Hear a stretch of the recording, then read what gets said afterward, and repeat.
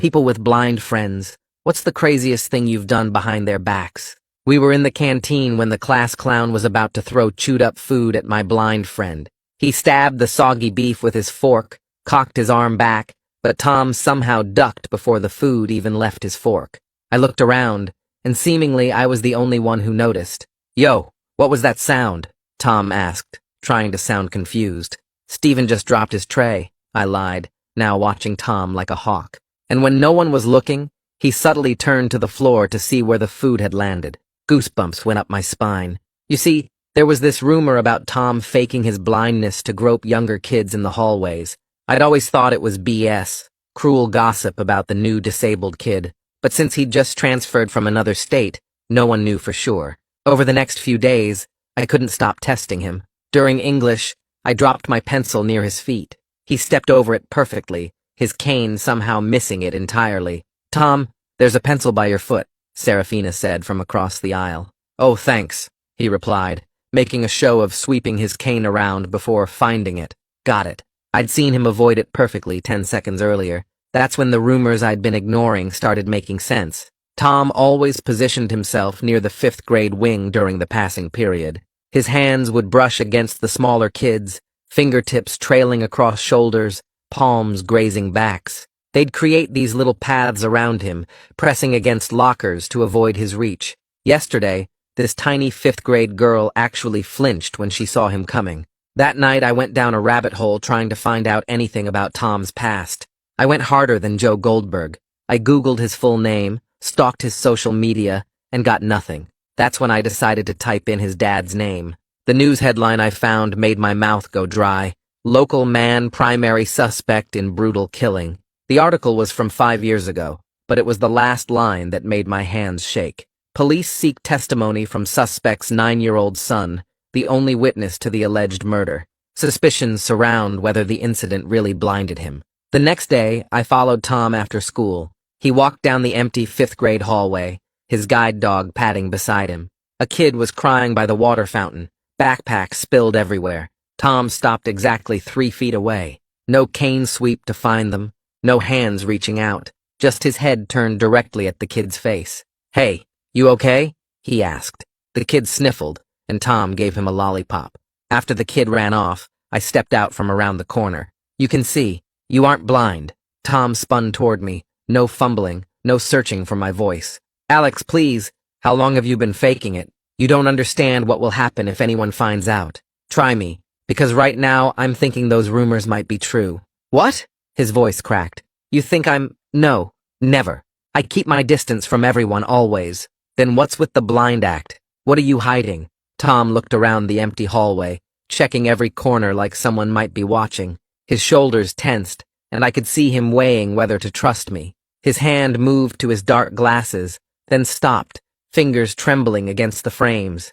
"If I tell you this," his voice was barely a whisper, "you can't tell anyone. Not your best friend, not your parents, no one. Tom, promise me." His perfectly functional eyes stared into mine through the dark lenses. "Promise, or I walk away right now, and we never had this conversation." "I promise." He took a shaky breath, then pulled off his dark glasses. His brown eyes met mine directly. "It happened when I was 11.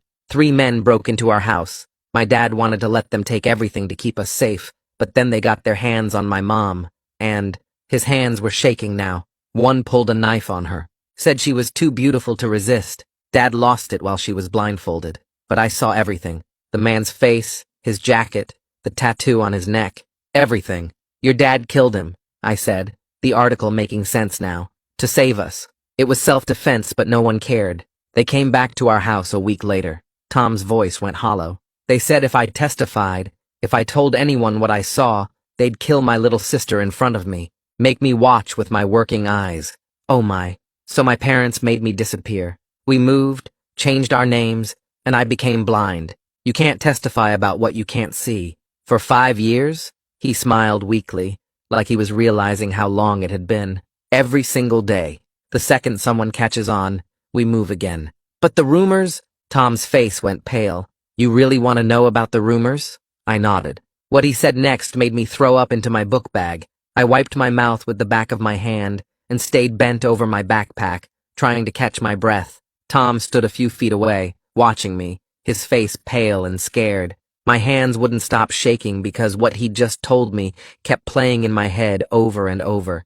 At his last school, a kid went missing. Not just any kid. A 10-year-old boy who'd been spreading rumors about Tom being fake blind. The boy disappeared from the playground during recess, and nobody ever found his body. But 3 days after he vanished, his backpack showed up on Tom's family's doorstep with a note inside that said, "Keep your mouth shut, or your sister is next." Tom pulled out his phone with fingers that trembled so bad, he almost dropped it. He opened a news article and held it out to me.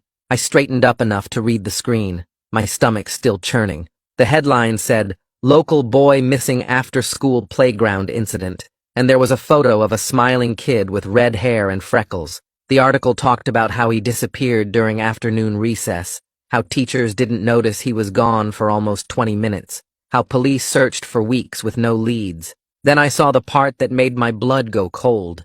The article mentioned that days before vanishing, the boy had been telling classmates about the weird blind kid who's faking it. Tom's voice cracked when he started talking. He told me the boy's name was Danny, and Danny had been watching Tom the same way I had been, testing him, catching him seeing things. Danny told his friends, told his teacher, told anyone who would listen. Then one Tuesday, he didn't come home from the school.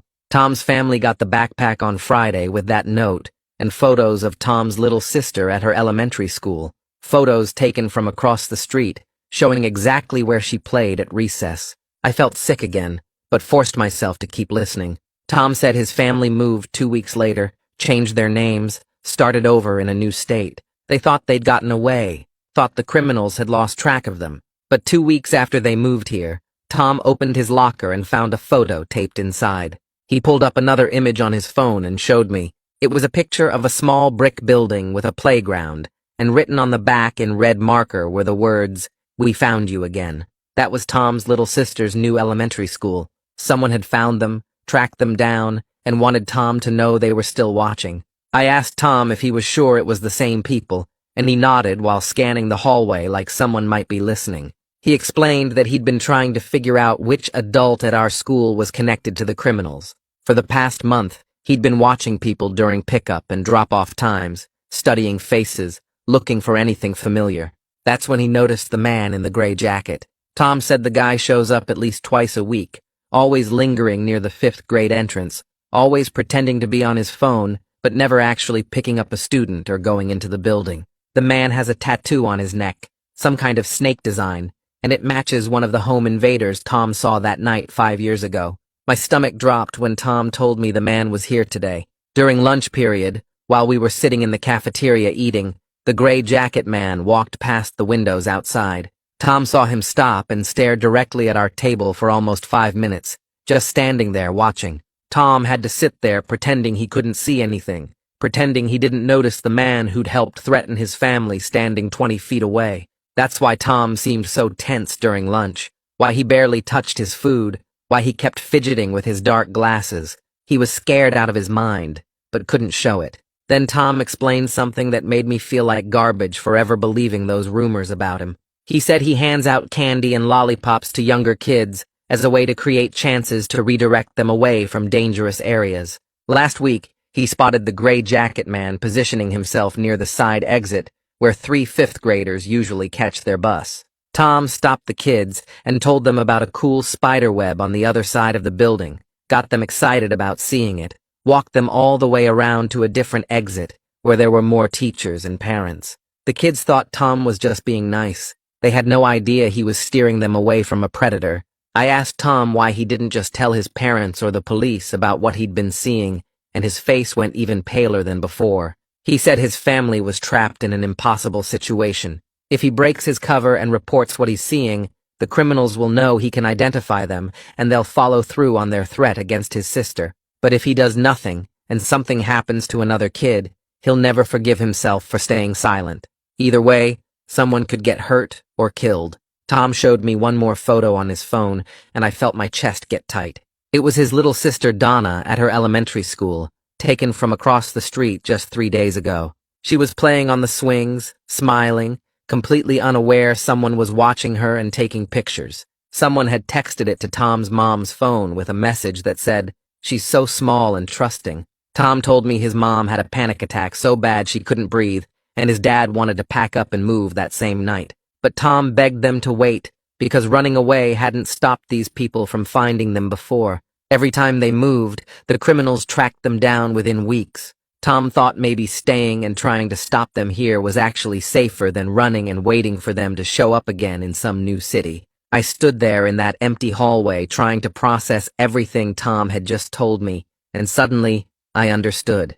Tom had been living with this terror every single day for 5 years, while everyone at the school treated him like some kind of predator. The rumors about him groping kids, the whispers, the way people avoided him, it was all probably being spread by the same criminals who were threatening his family. It was perfect. If Tom ever tried to speak up or ask for help, nobody would believe him because everyone already thought he was a creep.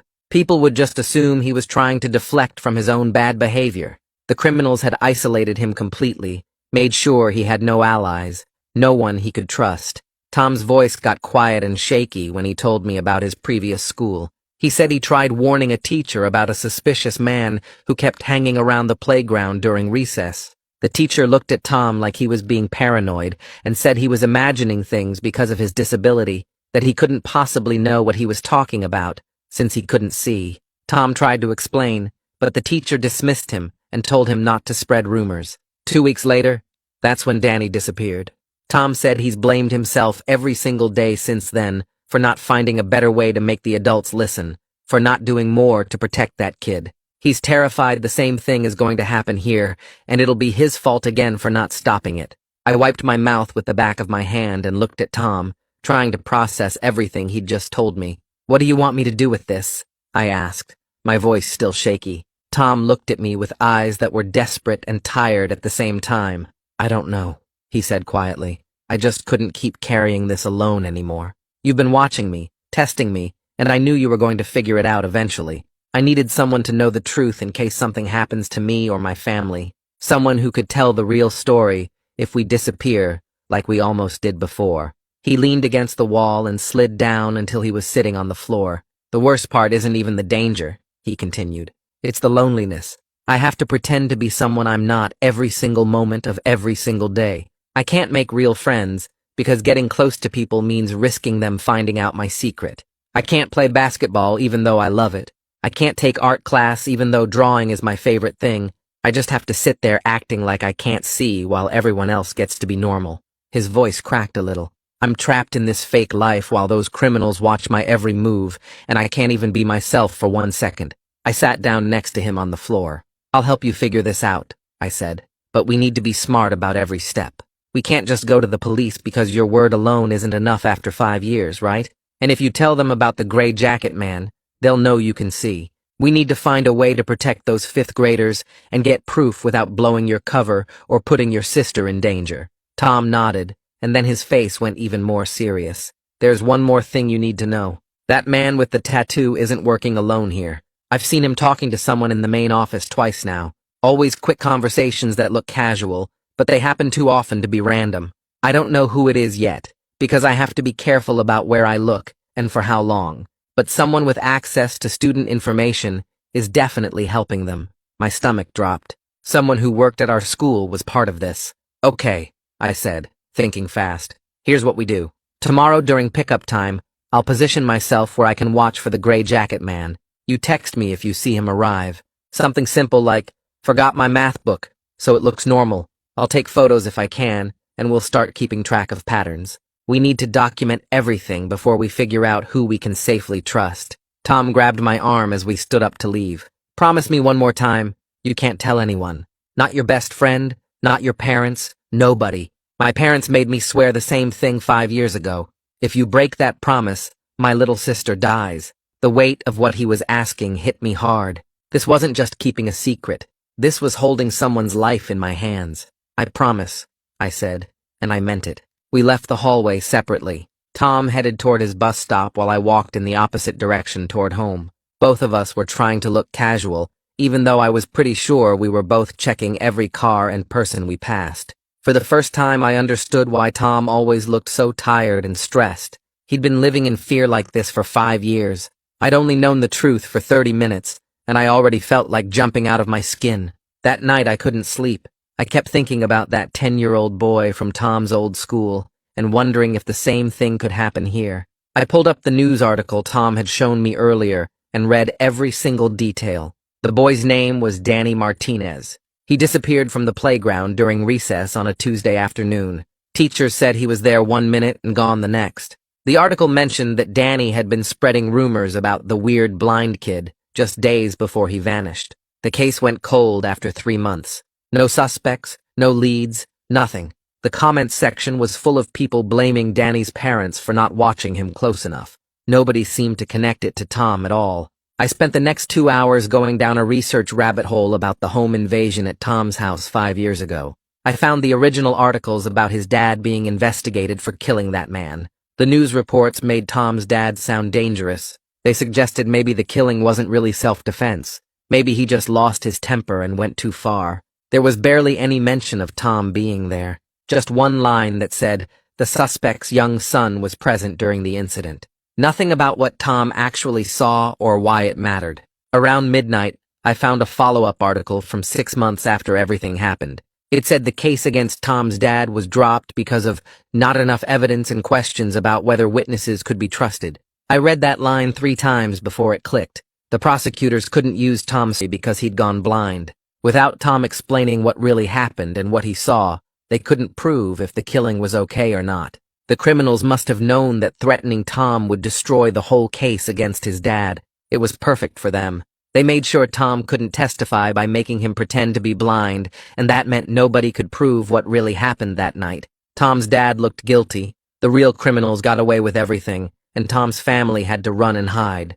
I finally fell asleep around 2 in the morning with my phone still in my hand, the article still open on the screen. The next morning at the school, I could barely keep my eyes open. Every person walking past made my heart jump. Some guy in a jacket walked by the front entrance and I froze until I saw him hand a lunch bag to a kid who'd forgotten it at home. Just someone's dad, not a threat. I caught Tom's eye between second and third period in the hallway. He gave me this tiny nod, and I suddenly understood that this feeling, this constant fear of everyone around you, this is what his whole life had been like for 5 straight years. During third period, my phone buzzed with a text from Tom. "Forgot my math book," it said, and my stomach dropped. That was the code. I raised my hand and asked Mr. Chen if I could use the bathroom. He waved me off without looking up from his desk. I walked fast down the hallway to the bathroom near the window that looked out over the front parking lot and the 5th grade entrance. I positioned myself at the window and looked down at the bike racks. There he was, gray jacket, dark hair, standing by the bike racks with his phone out like he was texting someone, but his head kept turning toward the building entrance. He was watching. I couldn't see his neck from this angle to check for the tattoo Tom had mentioned, but the way he stood there, the way he kept looking around, everything about him felt wrong. I pulled out my phone and started taking photos through the window. I tried to be smooth about it, holding the phone at different angles to get clear shots of his face. He looked maybe 40 or 45, average height, wearing sunglasses even though the sky was gray and cloudy. I zoomed in as much as I could without making the image blurry. Got his face from the side, from the front when he turned, got his build, his jacket, his shoes. He stayed there for about 8 minutes, just standing and watching. Then he walked away down the street toward the main road. He didn't get into any of the parked cars, just walked away on foot. I sent all the photos to Tom with a message that just said, "Got them." At lunch, I sat at our usual table. Tom was already there with his guide dog lying under the table. We didn't look at each other any more than normal. We both knew someone might be watching us now. Serafina sat down across from me and stared at my face. "Are you okay? You look really tired." I forced a smile and shrugged. "Yeah, I just stayed up too late gaming last night. Lost track of time." She seemed to buy it and started talking about the history test next week. Tom sat there eating his sandwich slowly, his head pointed down at his tray like he couldn't see anything. But I noticed now how his head turned slightly every time someone walked past our table. He was tracking every person in that cafeteria while pretending to be blind. After school, I followed Tom's usual route toward the 5th grade wing. I stayed far enough back that it would look like I just happened to be going the same direction.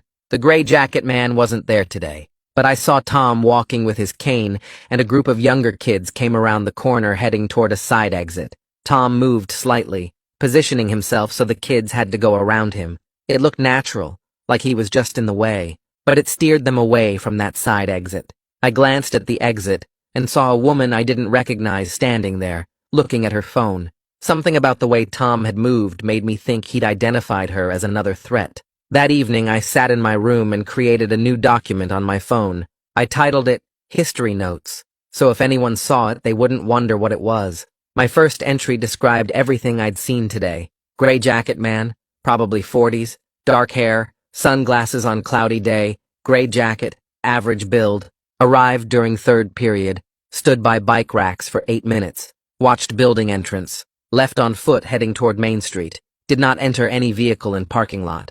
I added the photos I'd taken and saved everything. Later that night, Tom texted me. The message was long. He said he'd seen the gray jacket man talking to Hutchinson, one of the office assistants, 2 different times. Both times were in the morning before school officially started. Both times the conversations ended with Hutchinson handing the man papers. Tom thought she might be the inside person giving the criminals information about students, addresses, schedules, all of it. I spent the next hour researching Hutchinson online, found her social media accounts, but most of them were set to private. Her Facebook showed she'd worked at our school for 3 years. She posted normal stuff about her garden and her cats, but I noticed something weird. No photos with family or friends, no tagged photos from other people. Her profile picture looked at least 5 years old, maybe older. Everything about her online presence felt like she was trying to keep it small on purpose. The next day, I volunteered to help in the main office during my free period. I'd never done it before, but I told the secretary I needed service hours for a club I was in. She seemed happy to have the help and put me to work filing attendance sheets. Hutchinson sat at her desk about 10 feet away from me. She was polite when I said hello, but didn't really look at me. Just nodded and went back to her computer. I watched her while I filed papers. She kept her computer screen angled away from the main desk area. Every single time she got up from her chair, even just to grab something from the printer 3 feet away, she locked her screen. Most people didn't bother with that. During my volunteer time, the door opened and the gray jacket man walked in. My hands started shaking, but I kept filing papers like I hadn't noticed him. He walked up to Hutchinson's desk and asked about pickup procedures for his nephew. His voice was normal, friendly even. Hutchinson pulled out a pamphlet from her drawer and handed it to him, but I saw her slip a small piece of paper inside the pamphlet before she passed it over. The man thanked her and left. Hutchinson went right back to her computer like nothing had happened. My hands were shaking, so hard I almost dropped the attendance sheets I was holding. I kept filing and tried to look normal even though my heart was beating. So fast I thought everyone in the office could hear it. That evening I pulled out my phone and typed a message to Tom. I described everything I saw in the office. The way Hutchinson slipped that paper into the pamphlet. How careful she was about it. How the gray jacket man thanked her and left like it was totally normal. Tom's response came back fast. He said we now had confirmation that Hutchinson was helping them, but we still didn't have real proof. Nothing that would make the police or school believe us. We needed to figure out what information she was passing along and why. He suggested we try to get a look at her computer or desk when she wasn't around. I stared at my phone screen and felt my stomach twist up. He was talking about breaking into the office, actually going through her stuff. I typed back asking if he was serious, and he said yes. What choice did we have? That night I couldn't sleep. I kept staring at my ceiling and thinking about how we were just 2 high school kids trying to stop actual criminals. Real dangerous people who had already made at least 1 kid disappear from Tom's last school. The smart thing would be telling our parents or going to the police. But Tom was right, that doing that without solid proof would just expose his secret. Then his sister would be in immediate danger. The criminals would know Tom could see and identify them. They would follow through on their threat. We were stuck in this impossible situation where the only way to get help was to gather evidence ourselves first. But gathering evidence meant doing things that could get us in serious trouble. I rolled over and looked at my alarm clock. 3 in the morning. I had to be up for school in 4 hours. The next morning I got to the school way earlier than normal. The parking lot was almost empty. I walked toward the main entrance and that's when I saw it. The gray jacket man's car was parked across the street. A dark blue sedan with windows so dark you couldn't see inside. I stopped walking and pulled out my phone like I was checking a message. My hands were shaking, but I managed to open my camera app. I took 3 photos of the car from different angles, made sure I got the license plate clear in at least one shot. The plate number was JKR4829. I said it in my head over and over so I wouldn't forget. JKR4829. I added the photos to my history notes document and typed the plate number below them. Then I looked at the car again. The man was sitting in the driver's seat. I could see his shape through the windshield. He was watching the 5th grade entrance, just sitting there staring at where the little kids would walk in.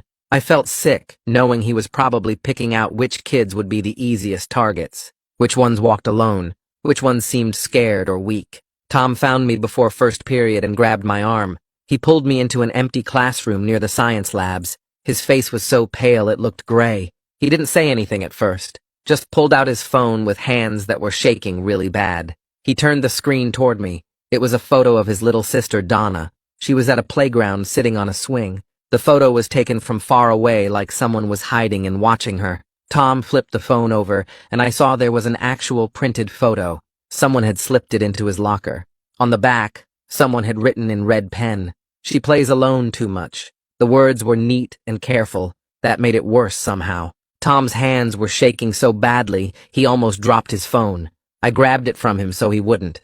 I looked at the photo again and felt my chest get tight. The criminals were escalating their threats. They weren't just watching anymore. They were making sure Tom knew they could get to Donna whenever they wanted. I asked Tom if his parents knew about the photo. He shook his head fast, said he couldn't tell them. His mom was already having panic attacks every day. His dad kept talking about moving again, packing everything up and running to another state, another new name, another new school. Tom's voice cracked when he said he was terrified that if they ran away one more time, the criminals would stop sending warnings. They would just act. Take Donna and hurt her to punish the family for running. He thought staying here and trying to stop them was actually safer than moving again. At least here they knew where the danger was. They could see it coming. If they ran, the criminals would just find them again in some new city. And next time, there might not be any warnings at all. We stood there in the empty classroom for a minute, not saying anything. Then I told Tom we needed to take a bigger risk. We had to get into Hutchinson's desk after school when the office was closed. We needed to see what files she had, what information she was giving to the gray jacket man. Tom nodded and said he knew the side door to the administrative area didn't lock right. He'd heard teachers complaining about it. If we could get in and photograph whatever Hutchinson was keeping, we might have evidence we could take to the police. Real proof that wouldn't require Tom to explain how he saw things. We could say we were walking by and saw the door was open, went in to close it and saw suspicious files, something like that. We would figure out the story later. Right now, we just needed the evidence. The rest of the day went by so slow. Every class felt like it lasted forever. I tried to focus on what the teachers were saying, but I couldn't. All I could think about was breaking into the school office. What if we got caught? What if someone saw us? What if Hutchinson came back for something she forgot? Listen to 90 Seconds and rate me 5 stars on Spotify. Doing a giveaway for people who did this and show proof on my Instagram. There will be 4 winners, and you get to choose between a Spotify or Amazon gift card. Tom and I avoided each other in the hallways. We had to keep acting like we barely knew each other. During English class, I noticed Serafina staring at me. She had this worried look on her face. I realized I must look as stressed as I felt. I forced myself to smile at her and then pretended to pay attention to whatever the teacher was saying about metaphors or something. Serafina kept glancing at me, though. She knew something was wrong. After the final bell rang, I went to the bathroom and waited. I stayed in there for 20 minutes while most of the students and teachers left. When I came out, the hallways were almost empty. Just a few kids at their lockers and some teachers walking to the parking lot. I walked slowly toward the administrative area. Took a long route so it wouldn't look suspicious. Tom was already waiting near the side entrance. He was standing there with his cane like he was lost or confused. When he heard me coming, he moved toward the door. I looked around to make sure no one was watching. Then I grabbed the door handle and pulled. It opened easy. The lock was definitely broken. We slipped inside fast, and I closed the door behind us. The office was dark and quiet. Tom headed straight for Hutchinson's desk, while I stood near the door to watch. My job was to warn him if anyone came.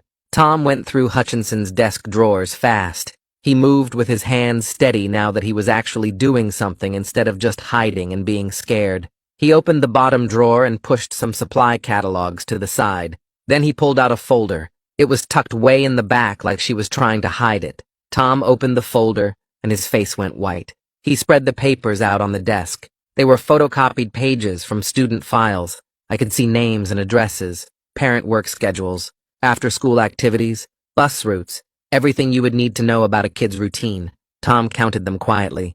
15 students, all of them fifth graders. Every single page had a small star drawn next to the kid's name in red pen. I pulled out my phone and started taking photos. My heart was beating, so hard I was sure someone would hear it.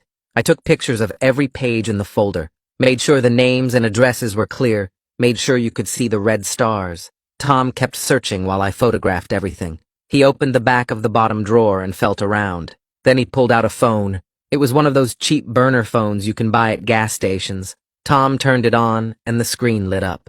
There were text messages. He scrolled through them, and I leaned over to see. The messages were with a number that wasn't saved. They were short and used weird code words, but you could tell what they meant. Target 3 leaves at 3:15 Tuesdays. Mother works late Thursdays. Walks home alone on Maple Street. I took photos of every message, every single one. This was the proof we needed. Hutchinson wasn't just passing along information. She was actively helping someone target and track fifth-grade kids. Tom kept scrolling and I kept taking photos. Every message was another piece of proof. One said the target walks alone on Tuesdays. Another said the mom works until 6. They were mapping out these kids' entire lives. My hands shook a little, but I made sure every photo was clear. Tom found messages going back 2 months. This wasn't new. Hutchinson had been doing this for a while. I took photos of the phone itself too, showing the number it belonged to and the date stamps on everything. We needed to document every single detail. Tom was about to turn the phone off when we both heard footsteps in the hallway outside, not far away, maybe 20 feet from the door. We froze. I stopped breathing. Tom's finger was still on the power button, but he didn't press it. The footsteps got closer. My heart was beating, so hard I thought whoever it was would hear it through the door. Tom slowly pushed the power button, and the screen went dark. He put the phone back in the drawer exactly where he found it. I backed away from the desk as quiet as possible. The footsteps were right outside now. I could see Tom's jaw clenched tight. His hands were in fists. We both stared at the door, waiting for it to open. The footsteps stopped. Someone was standing right there. I counted in my head. 5 seconds, 10 seconds, 15 seconds. Then the footsteps started again and moved past the door. They got quieter and quieter until I couldn't hear them anymore. Tom let out a breath. I realized I'd been holding mine too. He quickly closed the drawer and made sure everything looked exactly like we found it. I checked the desk to make sure we didn't leave anything. No papers out of place, no drawers open. We moved toward the door and I listened hard before opening it. The hallway was empty. We slipped out fast and I pulled the door closed behind us. We walked separate directions once we got outside. Tom headed toward his usual bus stop on the other side of the parking lot. I went the opposite way toward home. My legs felt weird and shaky, like they might give out. I kept looking behind me, expecting someone to yell or come running after us, but nobody did. The parking lot was almost empty. Just a few cars left. I made it to the sidewalk and turned the corner. As soon as I was out of sight from the school, I stopped and leaned against a building. I bent over with my hands on my knees, trying to catch my breath. We'd just broken into the office. Stolen evidence. Almost got caught. My whole body was shaking now that the adrenaline was wearing off. I pulled out my phone and looked at the photos. They were all there, clear and readable. Proof that Hutchinson was helping criminals target kids. That evening, I locked my bedroom door and went through every single photo we took. I organized them on my phone into different folders. One folder for the student files Hutchinson had copied. One for the burner phone messages. One for photos of the phone itself. The student files were the worst. 15 kids total, all fifth graders. Each page had a name, address, parent work schedule, and after-school activities. Someone had drawn a small red star next to each name. I looked at the addresses and recognized some of the streets. These were kids who lived close to the school. Kids who probably walked home. The work schedules showed which parents got home late, which kids would be alone after school. It was a list of easy targets. Kids who wouldn't have adults around to protect them. Kids who walked the same route every day. Kids whose routines were easy to learn. The burner phone messages made it even clearer. They were coordinating when to watch these kids, which days they'd be alone, which routes they took. One message said Target 3 leaves at 3:15 on Tuesdays and walks down Maple Street. Another said Target 7's mom works late Thursdays. They weren't even using names, just numbers. Like these kids were objects to track and study. I felt sick reading it, but I kept organizing everything. We needed this evidence to be clear and easy to understand. Someone in law enforcement needed to see exactly what Hutchinson was doing. My phone buzzed around 11 at night. It was Tom. His message said we need to talk about who to trust with this. I texted back asking what he meant. He said we can't go to anyone at the school because we don't know who else might be involved with Hutchinson. I hadn't thought about that, but he was right. What if other teachers or staff were helping too? What if we showed the evidence to the wrong person and they warned the criminals? Tom's next message said we can't tell my parents either. They'll panic and want to move again. If we run, the criminals might hurt Donna. I understood. His parents had been running for 5 years, and it never stopped the criminals from finding them. Running again wouldn't help. We needed to actually stop these people. I asked who we could tell then. Tom said someone in law enforcement, but not local police. Someone who won't expose my secret. Someone who will act fast. I stared at my phone thinking. We needed an adult who would take us seriously. Who would believe 2 high school kids about a criminal conspiracy? Who would protect Tom's identity and his sister's safety? I told Tom I'd research and find someone. He sent back a thumbs up and said be careful. I spent the next 3 hours on my laptop searching. I looked up detectives in our county. I read about different cases. I searched for people who worked with crimes against children. Most of the results were just basic department websites. Nothing helpful. Then I found an article about a detective named Sarah Franco. She'd worked on a big case 2 years ago involving a man who was targeting elementary school kids. The article said she was known for being careful and protecting witnesses. Another article mentioned she'd helped put away a group of predators who were working together. That's what we needed. Someone who understood this kind of crime. Someone who knew how to handle witnesses who were in danger. I read everything I could find about her. She'd been a detective for 15 years. She specialized in crimes against children. Reviews from other cases said she was tough but fair, that she actually listened to victims, that she didn't give up on cases even when they got hard. By 2 in the morning, I was sure she was the right person to contact. The next morning, I got to the school early and found Tom in the library. I showed him my phone with all the articles about Detective Franco. He read through them carefully. His hands were shaking a little. I could tell he was scared about bringing in law enforcement. He asked, what if she doesn't believe us? What if she tells my parents? What if she exposes that I can see? I said we keep our identities secret at first. We call from a payphone and don't give our names. We tell her we have evidence and see if she'll help before we reveal who we are. Tom thought about it. He looked at the articles again. Then he nodded and said, okay, we're in over our heads anyway. This is too big for us to handle alone. We decided to call her after school. Find a payphone somewhere away from the school. Keep it short and simple. Just explain we have evidence of someone at our school helping criminals target young kids. See if she takes us seriously. If she does, then we can decide whether to trust her with more information. Tom put his dark glasses back on and picked up his cane. First period was about to start. During lunch, the gray jacket man showed up again, but this time he walked right through the cafeteria like he belonged there. He was wearing a visitor badge clipped to his jacket.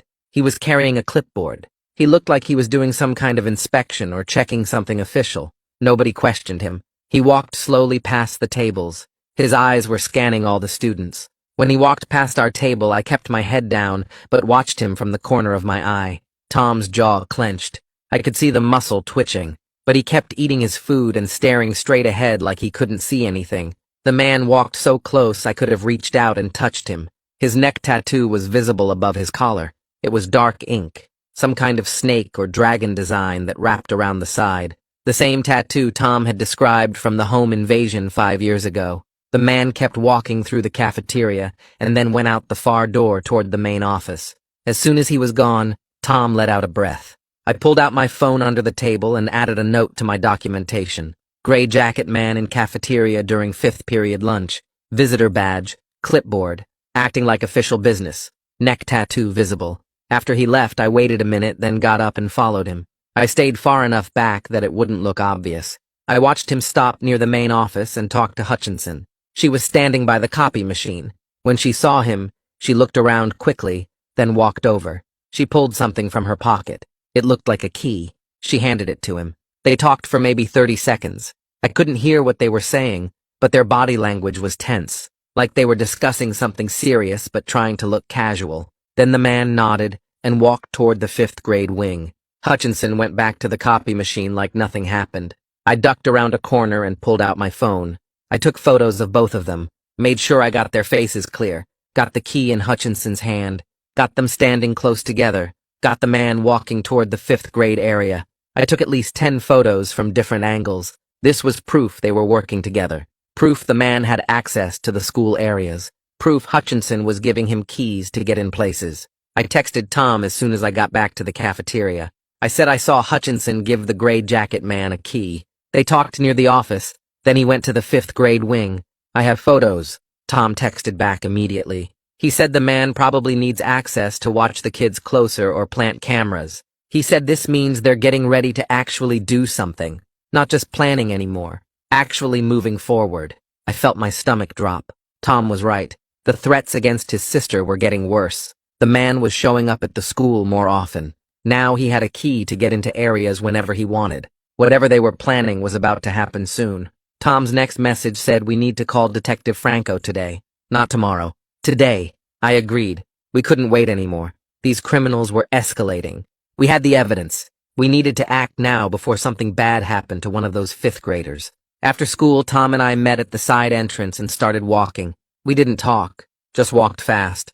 We went 6 blocks to a gas station that still had a payphone outside. I'd seen it last week and remembered it. Most places don't have payphones anymore, but this old station still had one by the air pump. Tom stood next to me while I picked up the phone. It smelled like metal and old cigarette smoke. I pulled out the paper where I'd written Detective Franco's number. My hands were shaking a little as I dialed. The phone rang 3 times. Then a woman answered. She said, "This is Detective Franco." I took a breath and tried to make my voice sound steady and older. I said I have evidence that someone at my school is helping criminals target young children. There was a pause. Then she asked who I was. I said I can't give my name yet, but I have photos and documentation. She asked what kind of evidence.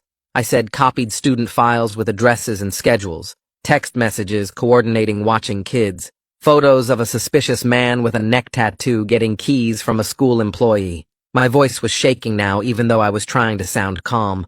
Detective Franco's voice changed, got more serious. She asked careful questions. What school? What grade level? How did I get this evidence? I answered everything without giving away who Tom and I were. She listened. She didn't dismiss me or act like I was making things up. She asked if I felt I was in immediate danger. I said no, but the kids being targeted might be. She was quiet for a second. Then she said she wanted to meet me, show her the evidence in person. She said this sounded serious, and she needed to see what I had. I looked at Tom. He nodded. I said, okay. When and where? She said there's a coffee shop 2 blocks from the police station. She could meet us there in 2 hours. Us, she said. I realized I'd said we instead of I at some point. I said yes, me and one other person. She said that's fine. Just come to the coffee shop and we'll talk. I said okay, and hung up. Tom and I looked at each other. We'd just set everything in motion. There was no going back now. Tom started walking first. His hands were in his pockets, and his shoulders were tight. I caught up with him, and we headed toward the main street where the coffee shop was. Neither of us talked for the first few blocks. I kept thinking about what we were about to do. We were going to show a real detective all the evidence we'd gathered by breaking into the school office. We were going to tell her about criminals targeting little kids, and we had to do it without giving away Tom's secret. My stomach felt weird, and my hands wouldn't stop shaking. Tom suddenly stopped walking and turned to face me. His dark glasses hid his eyes, but I could see his jaw was tight. He said if anything happens to him or his family, I have to promise to tell people the truth. I asked what he meant. He said, if the criminals come after them, if they disappear or something worse, I need to make sure everyone knows why he pretended to be blind. He said people need to know he was trying to protect other kids, not hurt them. The way he said it made my chest feel heavy. I promised him. He nodded, and we kept walking. The coffee shop was 2 blocks from the police station, like Detective Franco said. When we got there, I could see her through the window. She was already sitting in a back corner booth away from other people. We went inside, and the smell of coffee hit me. Franco looked up when we walked over. She was probably in her 40s with short dark hair and these sharp eyes that looked at both of us really carefully. I could tell she was trying to figure out if we were real or just some paranoid kids making stuff up. Tom and I sat down across from her. The booth seats were old and cracked. Franco said thanks for coming and asked if we wanted anything to drink. We both said no. I pulled out my phone with all the photos we'd taken. My hands were still shaking a little as I unlocked it and pulled up the first picture of Mrs. Hutchinson's folder. I slid the phone across the table to Franco. She picked it up and started scrolling through the photos. Her face was calm at first, but then her expression changed.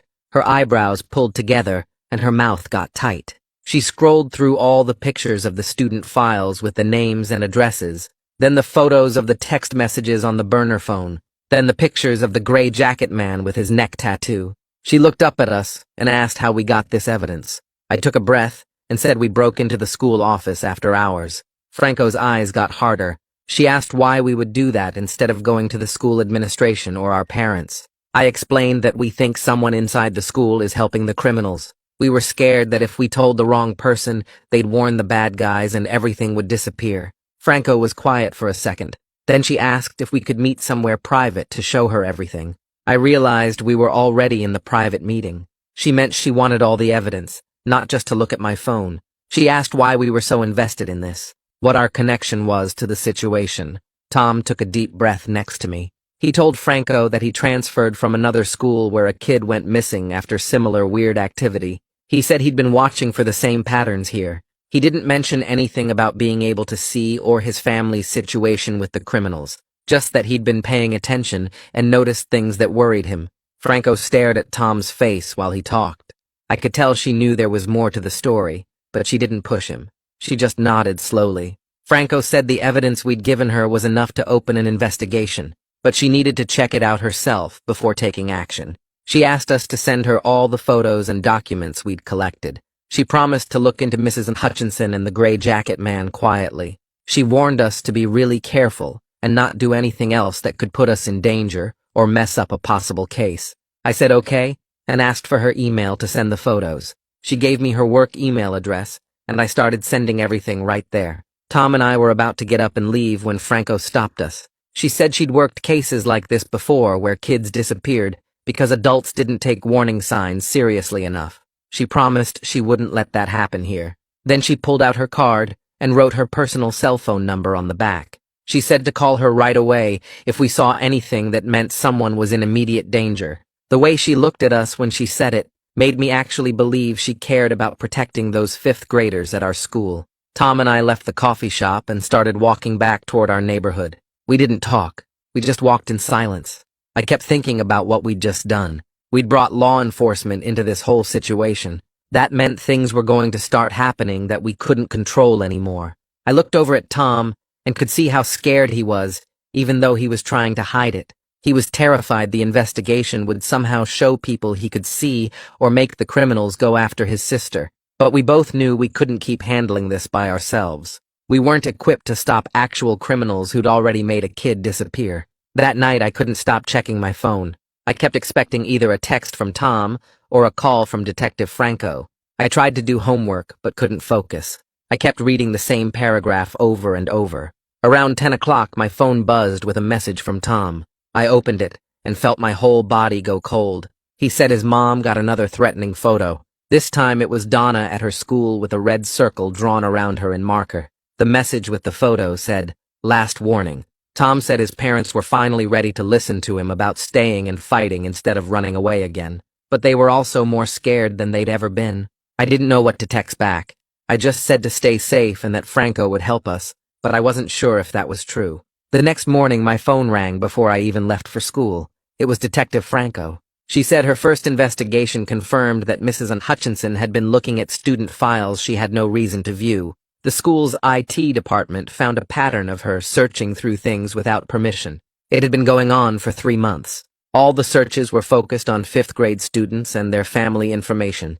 Franco said they were moving forward with watching Mrs. Hutchinson closely and trying to figure out who the man with the neck tattoo was. She asked if we'd seen him around school recently. I said yes, yesterday during lunch period. She told me to text her immediately if I saw him again. Then she said to be careful at the school today and hung up. The next day at the school, I walked through the front doors trying to act normal, even though my stomach was doing flips. Everything looked the same as always. Kids crowded the hallways, talking and laughing. Lockers slammed shut. Teachers stood outside their classrooms greeting students, but I knew something huge was happening underneath all this normalcy. I passed by the main office on my way to first period and saw Hutchinson sitting at her desk like every other day. She was typing on her computer and drinking coffee from her usual mug. She had no idea that detectives were watching everything she did on that computer. She had no idea her whole life was about to explode. I wanted to stare but forced myself to keep walking. During second period, my phone buzzed with a text from Tom. It just said he saw the dark blue sedan parked on Elm Street near the 5th grade entrance during passing period. The gray jacket man was still watching, still planning whatever he was planning. My hands started sweating as I read the message. We had given Franco all our evidence, but these criminals were still out there, still targeting kids at our school. I texted back asking if Tom was okay, and he sent a thumbs up. But I could feel how scared he was even through that simple emoji. Lunch period was torture. I sat with my usual friends and tried to eat my sandwich, but everything tasted like cardboard. I kept glancing at Tom's table across the cafeteria. He was sitting alone like always, his dark glasses on, his guide dog lying at his feet. To everyone else, he looked like the quiet, blind kid who kept to himself. But I knew he was scanning every face in that cafeteria, watching for threats. Protecting kids who had no idea they needed protecting. Serafina asked me 3 times if I was okay, because I kept zoning out. I made up some excuse about not sleeping well. She gave me a weird look, but dropped it.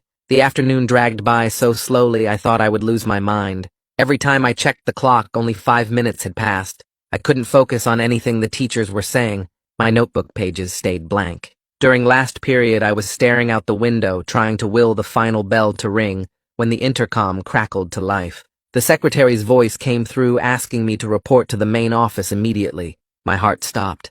Actually stopped for a second before it started racing so fast I thought it would burst out of my chest. Kids around me made those annoying ooh sounds like I was in trouble. I grabbed my backpack with shaking hands and walked out of the classroom. The hallway felt 10 miles long. My legs were moving, but I couldn't feel them. What if something had happened to Tom? What if the criminals had done something to his sister? What if Franco was calling me in to say we were too late? I pushed open the office door and froze. Detective Franco was standing there in a dark suit talking to Principal Hayes. A uniformed police officer stood near the door with his arms crossed. Principal Hayes looked furious.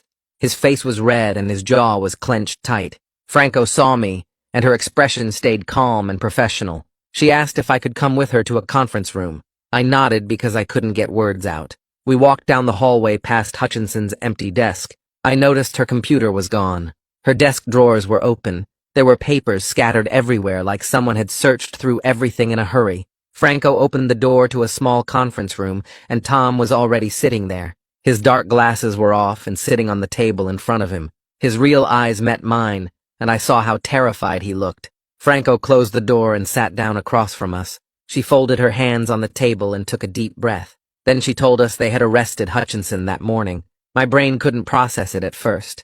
We had just seen her at her desk this morning. How could she be arrested already? Franco explained that once they started monitoring Hutchinson's computer activity, they found enough evidence within hours to get a warrant. Hutchinson had been accessing student files she had no reason to look at. She had been copying information and sending it to an outside email address. When police showed up at her house at 6 this morning with the warrant, she broke down immediately and confessed everything. She said a man named John Reeves had been paying her $500 a week to provide student information. She claimed she thought it was for some kind of marketing research about school supplies or after-school programs. She said she had no idea the information was used to target children. Franco's voice was flat when she said the police didn't believe that story for a second. No legitimate marketing research would pay that much money under the table. No legitimate company would need home addresses and parent work schedules. Hutchinson knew exactly what she was doing. She was helping criminals identify vulnerable kids. Franco pulled out her phone and showed us a photo of the gray jacket man. It was a police booking photo. His name was John Reeves, and he had a record. Franco said he had been arrested 8 years ago for attempted kidnapping in another state. He served 3 years and got out on parole. After that, he disappeared from his parole officer's radar and they lost track of him. Until now. The neck tattoo Tom had spotted was associated with a specific criminal organization that operated in multiple states. This group had been linked to at least 6 child disappearances over the past 10 years. Law enforcement had been trying to build a case against them for years, but could never get enough evidence. Until we handed Franco everything we had collected. Our photos and documentation had given them the breakthrough they needed. Franco looked directly at Tom and said his family was not safe yet. Reeves wasn't working alone. They had identified at least 3 other members of the organization, but hadn't caught all of them. She was arranging police protection for Tom's family immediately. Officers would be stationed outside their house. Plainclothes detectives would be watching Donna's elementary school. Our school was getting increased security too. Then Franco did something that surprised me. She leaned forward and spoke directly to Tom in this gentle voice. She said she had been a detective for 15 years, and she had worked cases involving witness intimidation before. She said she knew there was more to his story than what he had told her at the coffee shop. She said if there was anything else he wanted to tell her about why he had been so watchful and so careful, now was the time. She promised anything he said would be kept confidential and used only to protect him and his family. Tom looked at me. His brown eyes were filling with tears. I gave him a small nod. He had been carrying this secret alone for 5 years. He had been living in fear every single day. Maybe it was finally time to trust someone who could actually help. Tom reached up with shaking hands and pulled his dark glasses completely off the table. He set them aside. Then he started talking. He told Franco everything. The home invasion when he was 11. The 3 men who broke in. His dad trying to keep everyone safe by letting them take whatever they wanted. The moment when one of the men grabbed his mom and pulled a knife. What the man said about her being too beautiful to resist. His dad losing control and killing the man to protect her. Tom seeing everything. The man's face, his jacket, the tattoo on his neck, everything. He told her about the 2 surviving criminals coming back to their house a week later. The threats they made against his little sister Donna. How they said they would kill her in front of him and make him watch with his working eyes if he ever testified about what he saw. He told her about his parents making the impossible decision to fake his blindness, about moving and changing their names, about living this lie for 5 years straight, about the missing boy from his previous school who disappeared right after rumors about Tom started spreading, about finding his sister's photo on his doorstep when they moved here. Tom's voice broke multiple times while he talked. Tears ran down his face, but he kept going. He told Franco everything he had been holding inside for 5 years. When he finally finished, the conference room was completely silent. Franco sat very still for a long moment. Then she said 3 words that made Tom start crying harder. She said, "I believe you." She said she had read about his father's case years ago when she was studying witness intimidation tactics. She remembered thinking something felt wrong about how quickly the case fell apart.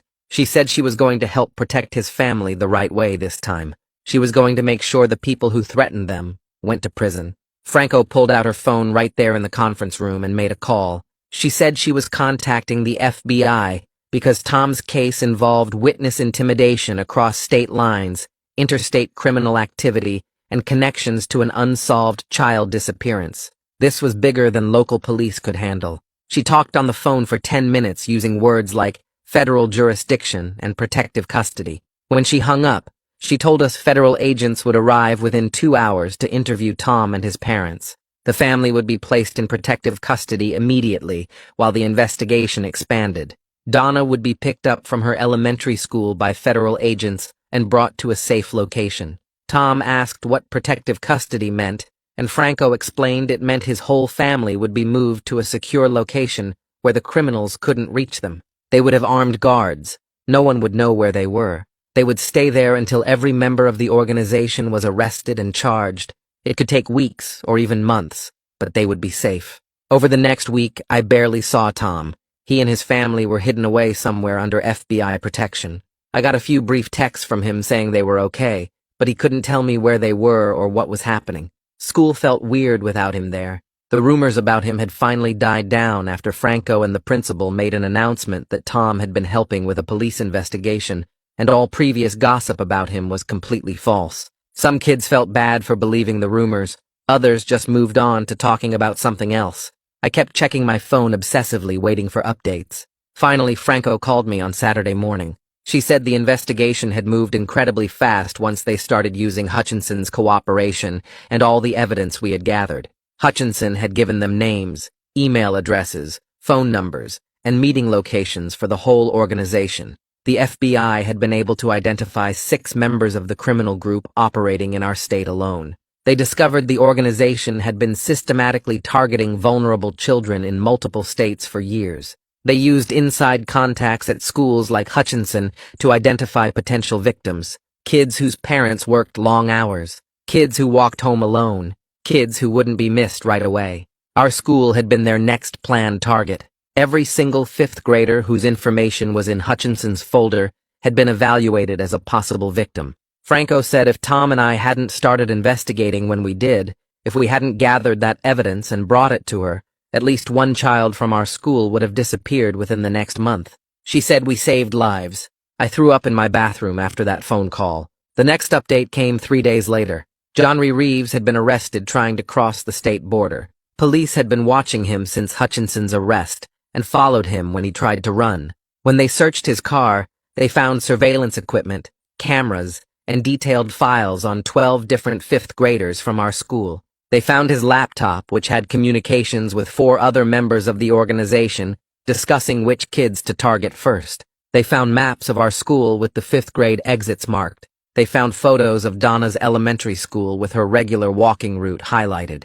The FBI used everything they found in Reeves's car to raid multiple locations across 3 states. They arrested 7 people total in coordinated raids that happened at exactly the same time. 2 of the people arrested were the men who had survived the home invasion at Tom's house 5 years ago, the same men who had threatened to kill Donna, the same men who had made Tom live in fear for 5 years. Tom's testimony was finally going to be used. He would testify about the home invasion, about his father's self-defense, about the threats against his family, about everything he had witnessed.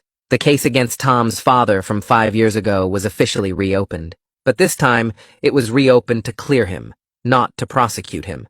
Once federal investigators reviewed all the evidence about the home invasion and the subsequent threats against Tom, the original prosecutor admitted the case should never have been pursued. The killing had clearly been self-defense. The only reason the case went forward at all was because Tom's testimony became unavailable when he went blind.